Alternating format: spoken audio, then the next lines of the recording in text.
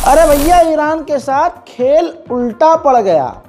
Iran जहां Israel से बदला लेने की बात कर रहा था, उधर इजराइल ने ईरान को ही हिला दिया। दोस्तों, सीरिया के अंदर ईरान के हथियारों की फैक्ट्री और IRGC की कई सारी पोस्ट हैं, मिलिट्री चेक पॉइंट्स और मिलिट्री मतलब समझ लीजिए कि सेना के वहाँ अड्डे हैं। क्योंकि देखिए, सीरिया और ईरान के रिश्ते बेहतर हैं, बहुत बढ़िया हैं, और बशर अल असद ईरान का फुल सपोर्टर है। ऐसे में सीरिया के अंदर ईरान के पांव बिल्कुल पक्के जमे हुए हैं। अचानक से हुआ ये कि कल इजराइल ने एक लंबे समय के बाद इजराइल की पूरी फौज ने घुसपैठ करी, और ये ऑपरेशन बिल्कुल फिल्मी अंदाज में सीरिया में किया गया। और ये भी आपको बता देता हूँ, इसकी पुष्टि इजराइल ने भी नहीं की है, सीरिया भी चुप है और ईरान भी चुप है। तीनों की अपनी अपनी वजह है। आइए अब आगे बताते हैं कि हुआ क्या है।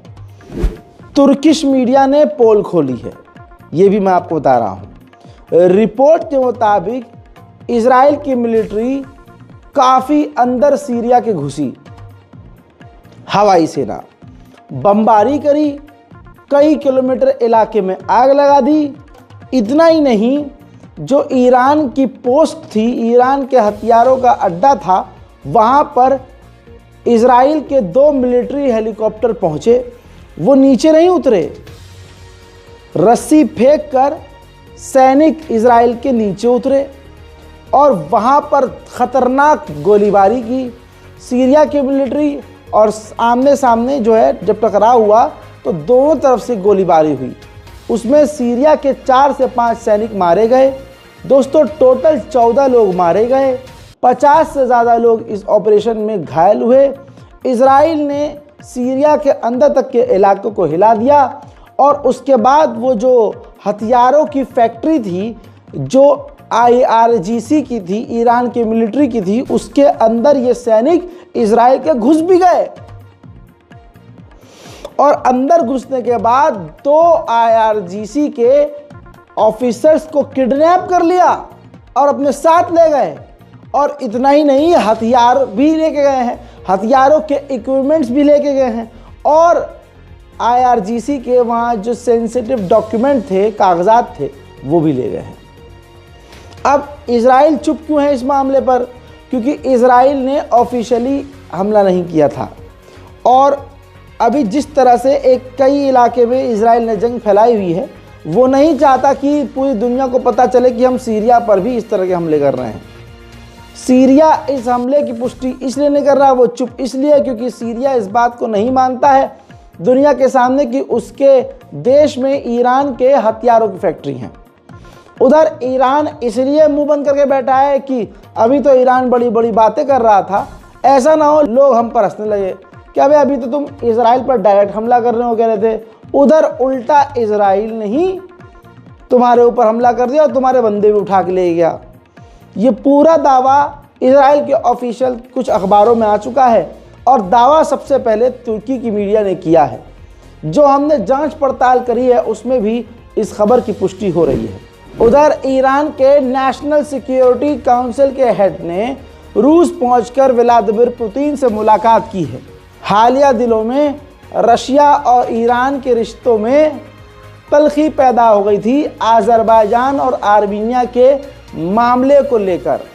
हजरात, अब आपको बता दूं, इसके बाद ईरान के नेशनल सिक्योरिटी मिनिस्टर जिस तरह से मिल रहे हैं पुतिन से, ऐसा लग रहा है दोनों काफ़ी चीज़ें क्लियर करने वाले हैं। अमेरिका ने इजराइल को ये कह ही दिया था 8 दिन पहले कि आपको बचाने के लिए लंबे समय तक हमारी नेवी एक ही जगह तैनात नहीं हो सकती। दूसरी तरफ ऐसा भी अब व्यतीत हो रहा है कि ईरान अब ठंडा बैठ गया है, जिसकी वजह से मिडिल ईस्ट में अमेरिका की जो नेवी थी और एयरक्राफ्ट करियर थे, वो वापस अमेरिका रवाना हो रहे हैं। उधर इजिप्ट का कहना यह है कि इस बार जो सीज फायर की बात हो रही है वो कतर में हो रही है, और इस बार बात बहुत सीरियस हो रही है। हमें उम्मीद है कि बहुत जल्द सीज फायर हो जाएगा। उधर हमास ने कहा है कि मई के महीने में पिछले कुछ महीने में जो बाइडेन ने प्रपोजल दिया था, हम उसके अकॉर्डिंग डील करने को लिए, एग्रीमेंट करने के लिए राजी हैं। यानी हमास ने इनडायरेक्ट वे में कह दिया कि अब जो नया प्रपोजल है उससे हम राजी नहीं हैं। उधर इजराइल ने लेबनान के कई इलाकों पर हमले किए हैं। हमले के बाद के तबाही के मंजर दिखा रहा हूं।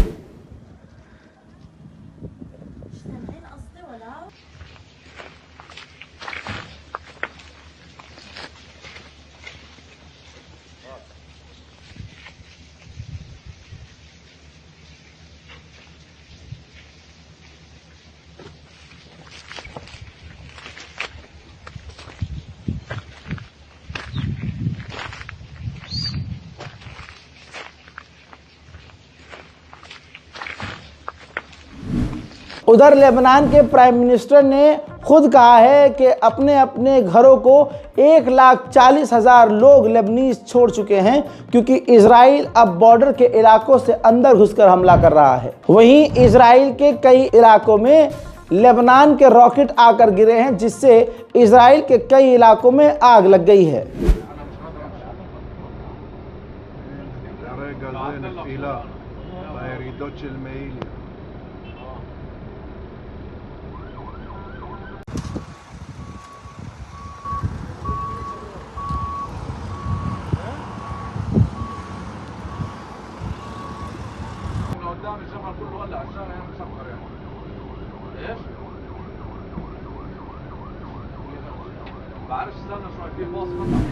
उधर इजराइल ने ऐलान किया है कि हम नई जो बटालियन इजराइल की फौज की जो नए ग्रुप बना रहे हैं, उसको हम सीरिया के उन इलाकों में तैनात करेंगे जहां पर हमारा कब्जा है लेबनान के खिलाफ। अब बरतानिया का हरामीपन भी समझ लीजिए, वो खुद शांति नहीं चाहता है। बरतानिया ने मांग की है कि इंटरनेशनल पीस कीपिंग फोर्स जो लेबनान और इजराइल के बॉर्डर पर तैनात है, बताना चाहूँगा कि ये वो फौज है, अंतर्राष्ट्रीय फौज, जो हथियार उठाती नहीं है, ना हमला करती है, बस ये एक तरह से नज़र रखने के लिए होती है। तो बरतानिया ने कहा है कि इस फौज को हटाकर हथियार बंद और जंग लड़ने वाली, हथियारों से लैस इंटरनेशनल फोर्स तैनात करनी चाहिए। और आप जानते हैं कि बरतानिया इजराइल का पिछवाड़ा चाटने वाला है। ऐसे में ये जो इंटरनेशनल हथियारों वाली फौज तैनात करने की बात लंदन कह रहा है, उसका मकसद सिर्फ ये है कि ये फौज इजराइल की मदद करे और लेबनान को ख़त्म कर दे। इजराइल हमेशा से झूठ बोलता है और बहुत प्रोफेशनल तरीके से झूठ बोलता है, लेकिन खुल जाता है। झूठ कितना भी अच्छा हो, मजबूत हो, खूबसूरत हो, लेकिन सच सामने आ ही जाता है। हजरात, अब खुलासा ये हुआ है कि इंटरनेशनल क्रिमिनल कोड को हूतिया बनाने के लिए इजराइल ने अपने ही द्वारा गाज़ा के अंदर वॉर क्राइम की जांच शुरू करी। हालांकि ये जांच वांच कुछ नहीं थी, बस खुद ही जांच के इशारे दिए, जांच का ऐलान किया, लेकिन बाद में साबित हुआ कि इजराइल कोई जांच नहीं कर रहा है। अपने मन से ही बाद में अपने आप को क्लियर चिट देने के लिए ये सब ड्रामे रच रहा है। गाज़ा के इलाकों में इजराइल की सेना का कब्जा हो चुका है। अब गाज़ा के अंदर इजराइल के सैनिक अपने धर्म का पालन भी कर रहे हैं। इजरायली कैदी का बाप न्यूज़ चैनल पर बोल रहा है कि गाज़ा के अंदर 10 महीने में हमने 50,000 आतंकवादियों को कत्ल कर दिया, लेकिन इसके बावजूद गाज़ा के अंदर 2 मिलियन आतंकवादी हैं और वेस्ट बैंक में भी 2 मिलियन आतंकवादी हैं। इन सबको हमें ख़त्म कर देना चाहिए। मतलब डैश फटे तो फटे, नवाबी न घटे। बेटा हमास की कैद में हैं और ये हैवानियत वाले बयान दे रहे हैं। इजराइल के सैनिकों की ये खूंखार तस्वीर देखिए। खाली बैठे बैठे इजराइल के सैनिक ऐसे ही खुले में ही फिलिस्तीन और गज़ा के मकानों पर गोलीबारी कर रहे हैं।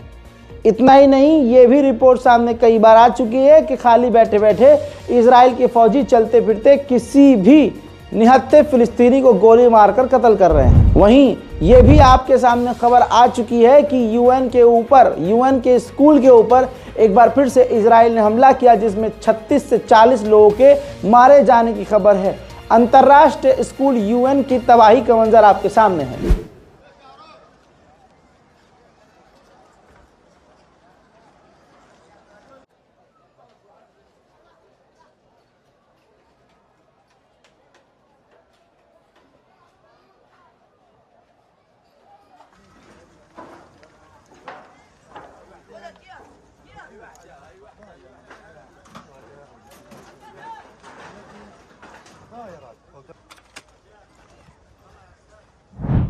उधर यूएन के चीफ एंटोनियो गुटेरेस ने खुद कहा है कि 7 अक्टूबर के बाद से नेतन्याहू ने मेरा फ़ोन नहीं उठाया है और अगर वो अमेरिका आते तो न्यूयॉर्क में मेरी उनसे मुलाकात होती। वहीं गाज़ा के अंदर इजराइल के अभी भी हमले जारी हैं। ज़रा इस तस्वीर को देखिए। इजराइल ने ख़तरनाक बमबारी सेंट्रल गाज़ा में करी। दर्जनों बिल्डिंग टूट गई जिसके अंदर सैकड़ों लोग दब गए। दर्जनों लोगों के मारे जाने की खबर है। इतना कुछ होने के बाद भी हौसला फिलिस्तीनियों का टूट नहीं रहा है। ज़रा इस तस्वीर को देखिए।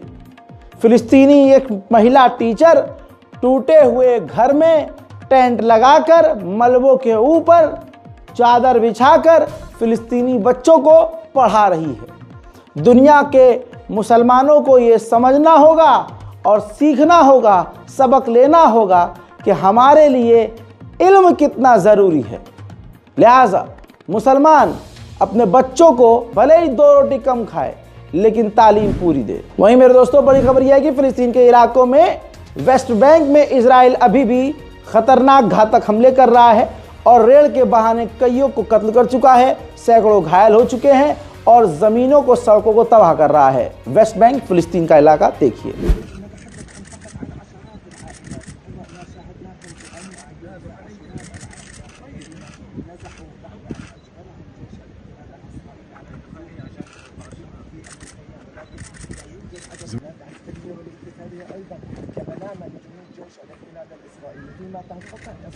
वेस्ट बैंक के एक इलाके में गांव में 68,000 फिलिस्तीनी रहते हैं।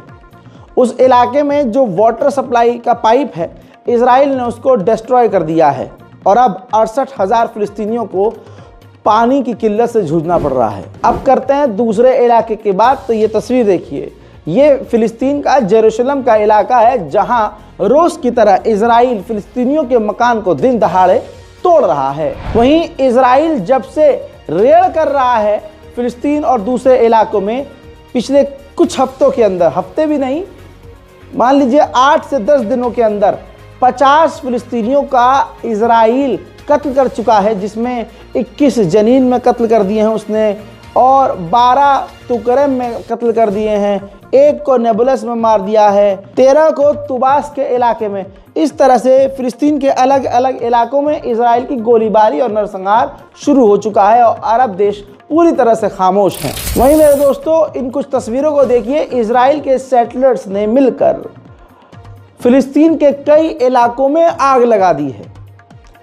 यानी सेना नुकसान पहुंचा रही है फिलिस्तीनियों को, वहाँ के यहूदी नुकसान पहुंचा रहे हैं फिलिस्तीनियों को और इंटरनेशनल कोर्ट कह चुका है ये गलत है, यूएन कह चुका है ये गलत है, इजराइल के साथी मजबूरी में कह चुके हैं इजराइल को ये गलत है, लेकिन फिर भी ये सब कुछ हो रहा है। उधर इजराइल अपने आम व्हीकल का इस्तेमाल करके फिलिस्तीन और दूसरे वेस्ट बैंक के इलाकों में जो पत्रकार हैं उनको डरा रहे हैं, धमका रहे हैं और परेशान कर रहे हैं। सबूत आपके सामने।